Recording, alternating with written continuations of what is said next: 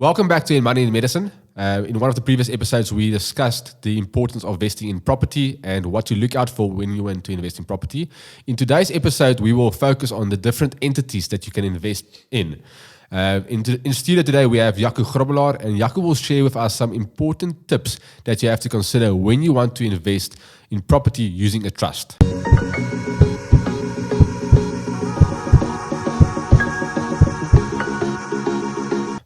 Jaco, welcome. Great. Thank you very much, Stefan. Thank you, Werner, for being here. I'm excited for the topic that we are going to discuss today about structuring and how important structuring is when you are working your wealth strategy. 100%. Jaco, so I think I'm just going to start with the very first question that we often get is, what is a trust and what is a company and what is the difference between the two entities? Great. So with a trust, you are sitting with an entity that is a vehicle that can own assets that you don't own in your own name. So, and that is very, very important because when you want to build a property portfolio or build your wealth, you don't want to build it in your own name necessarily. One of the first things that we always tell our clients is that in the ideal world, you don't want to have any assets or any liabilities in your own name. You would rather want it in a trust or under a trust structure where if something happens to you personally, those assets are protected, and also one day when you die, that it does not form part of your estate. And that is exactly what a trust is. It's a vehicle that you can use that can own assets and that is managed by the trustees and that is managed on behalf of the beneficiaries, which could be yourself, your children, your grandchildren, and even your parents. So a company, on the other hand, is an entity that often gets used, especially for a business that is operating. So in other words, where there's revenue and where there's expenses that's constantly that's constantly going through the entity. So an operating entity would usually be a company, and often with an entity that needs to hold assets, such as property, for example. We would look at a trust as well. Jaco, one of the big questions is how do you get the property in a trust? Because we know when you create a new trust, that trust doesn't necessarily have any capital, so it can't purchase the property. We also know the consequences of the new Section 7C in the Income Tax Act that basically prevents you from just making an interest-free loan. So what is the steps that you need to follow to be able to get that property within the trust? So what's nice about property and trust is the fact that often with property, you'll use very little of your own money. So you would use a little bit of your own money and you would finance the rest from the bank. So when you are buying a property in a trust, the trust would apply for financing at the bank. You as the trustee or you and your spouse as the trustee would still sign surety because somebody needs to take responsibility for that loan, because as you rightfully said, that trust doesn't have any revenue or any other assets yet. So you would, as a trustee, still sign surety. But the difference now is the asset is in the name of the trust, and so is the debt. It's not your debt. It is the trust's debt, and you only sign surety for that. And that is why it is so important to at least have two trusts in place as a property investor, for example, because on the one side, you have got wealth preservation. You want to protect your wealth. That's what we usually would call your family trust.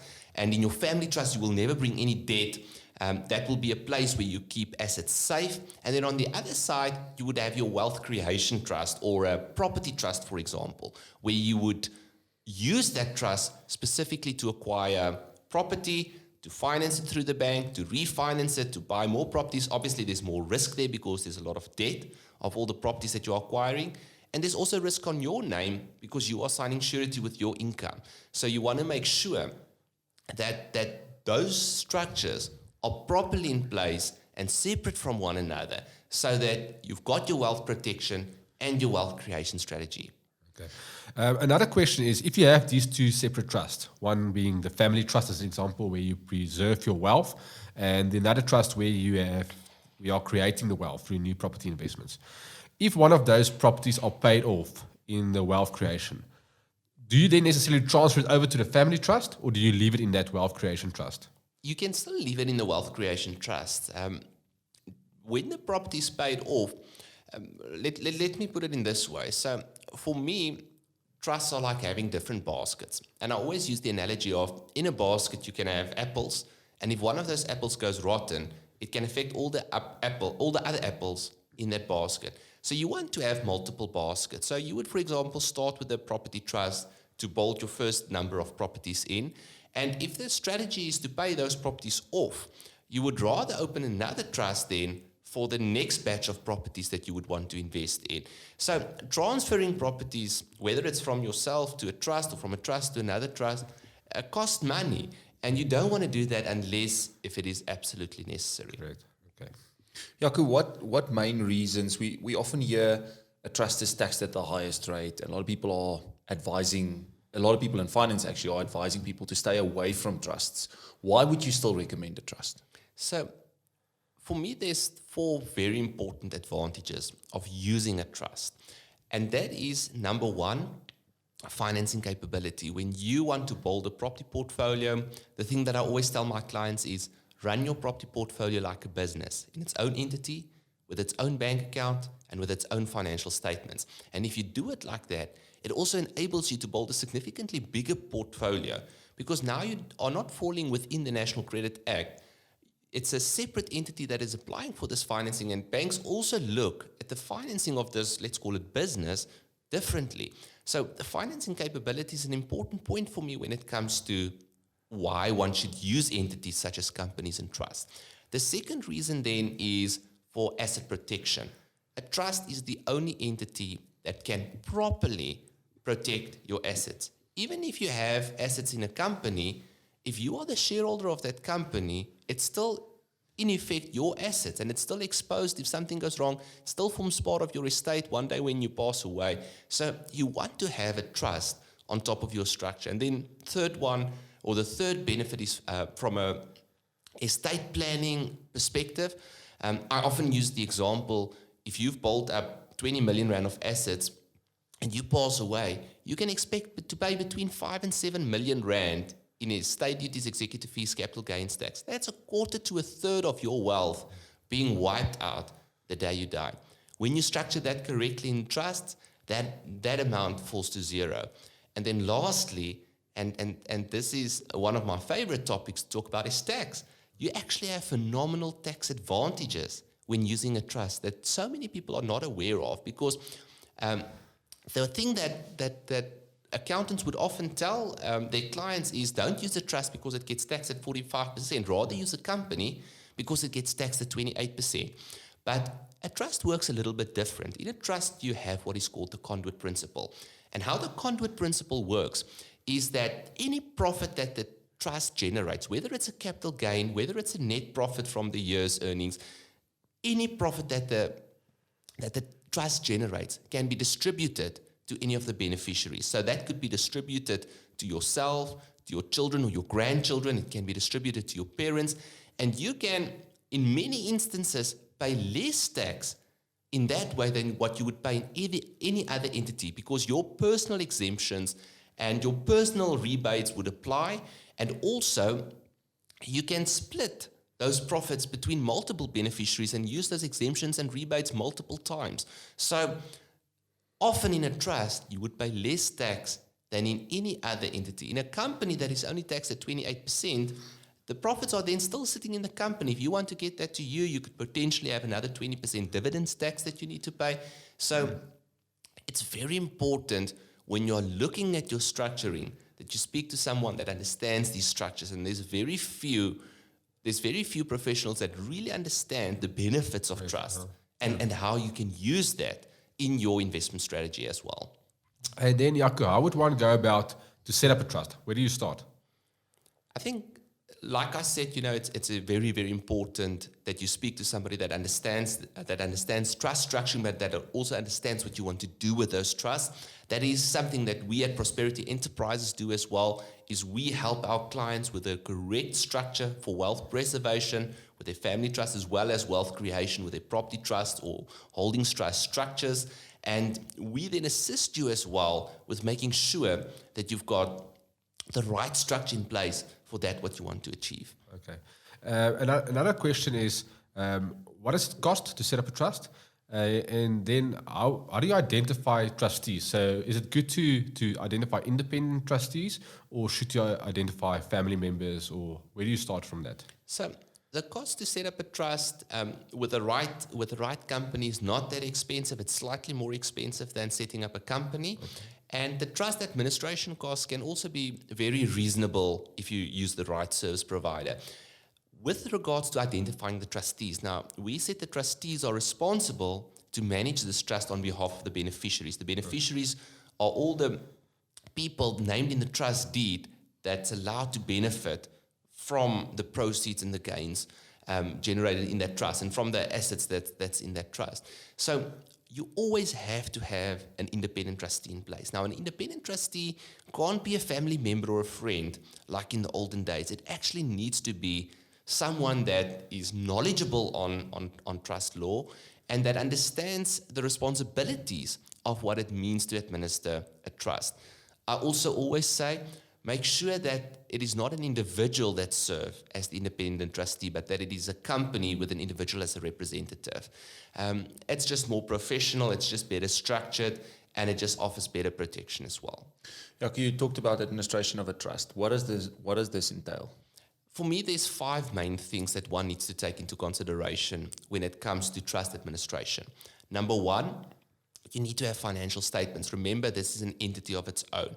So, and that's not a bad thing. That's a very good thing because that gives you a window into what is going on in your trust, in your property portfolio, in your where you are preserving your wealth. So you need to have financial statements, number 1. Number 2, you need to have tax returns done separately for the trust. Number 3, as we said, you must have an independent trustee. Number 4, you need to have resolutions, and a good service provider company can assist you with those administration functions. But every time a decision is made, a resolution needs to be signed by the trustees. And then lastly, you need to have an annual general meeting where you discuss the financials briefly and where you sign off the minutes of the meeting. Okay. Then another question, Jaco, is if you have created a trust and there's a certain asset in the trust, do you need to change your will? Do you need to make reference to that specific trust in your will? And how do you go about that? That's a very important question. So you've got your will that specifically focuses on the assets in your personal name and also, of course, other wishes that you have. But your will becomes less relevant with regards to the assets that are in the trust because the trust would continue to live one day when you are not here anymore. So you would set up a resolution, we call it a replacement trustee resolution, where you would identify or nominate who needs to become the next trustee when you are not there anymore, or if for any reason you cannot serve as a trustee anymore. And that document you can keep with your will then to show clearly who needs to take over when you are not there anymore. And ideally, how many successor trustees do you need to nominate?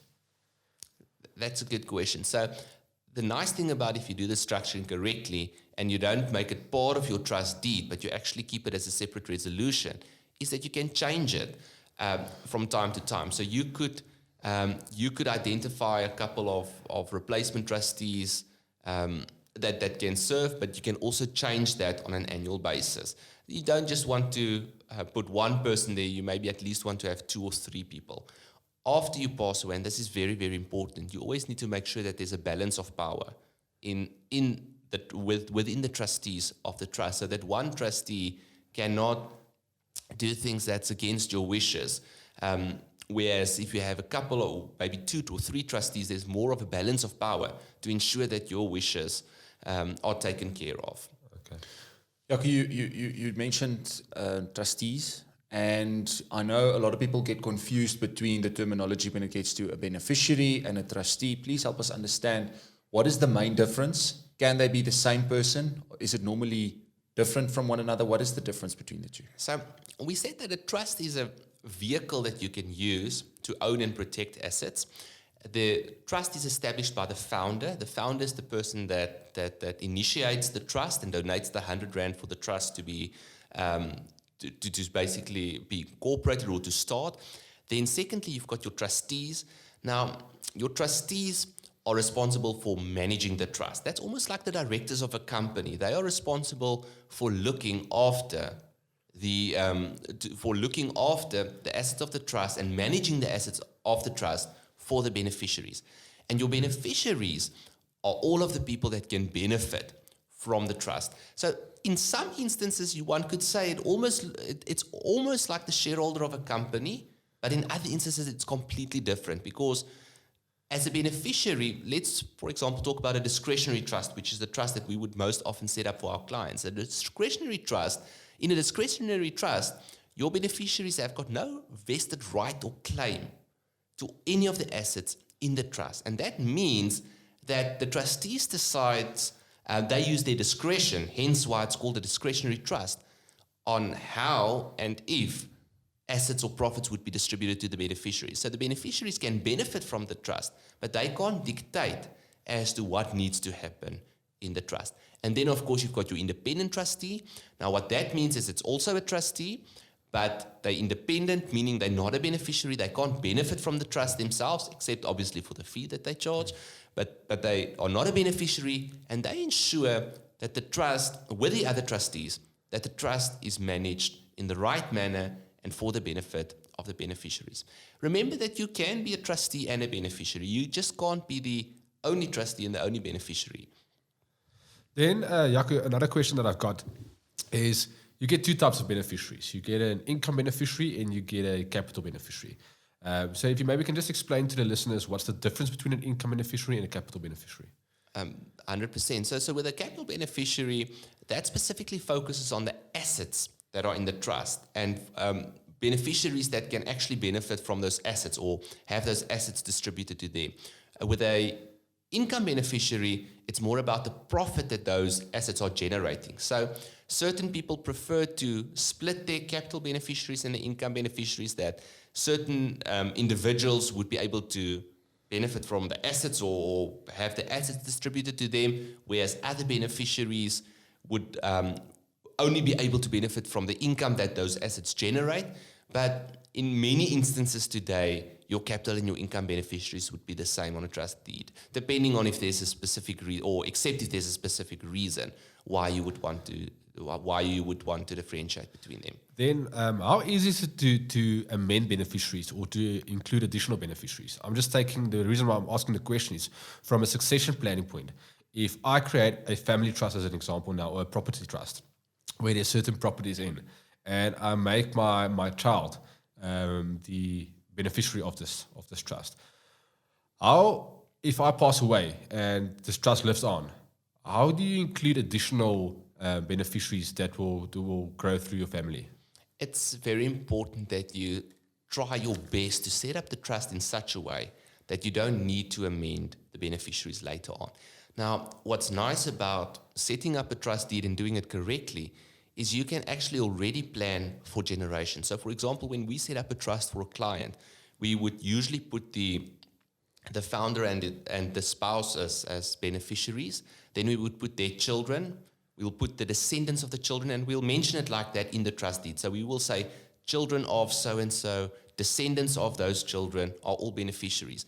And if you structure that correctly, it's not necessary for you to later on change the beneficiaries, because ideally you don't want to change the beneficiaries in a trust. Correct. And that descendants, as an example, do you even go as far to say that it would include an adopted child or a stepchild or a child born out of wedlock? That's correct. So one can specify each and every one of those.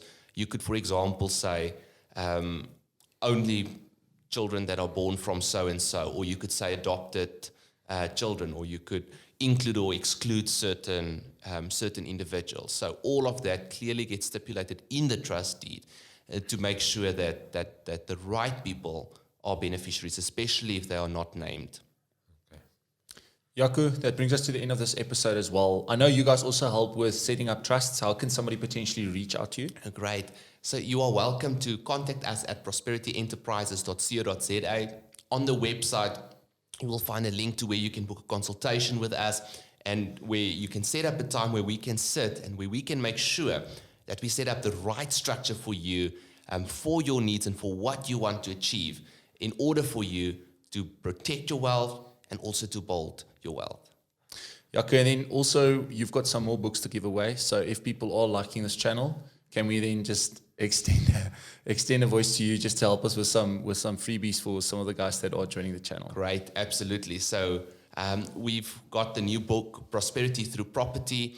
And in that book, we've dedicated a whole section specifically speaking about structuring and how you should structure your property portfolio and your investments.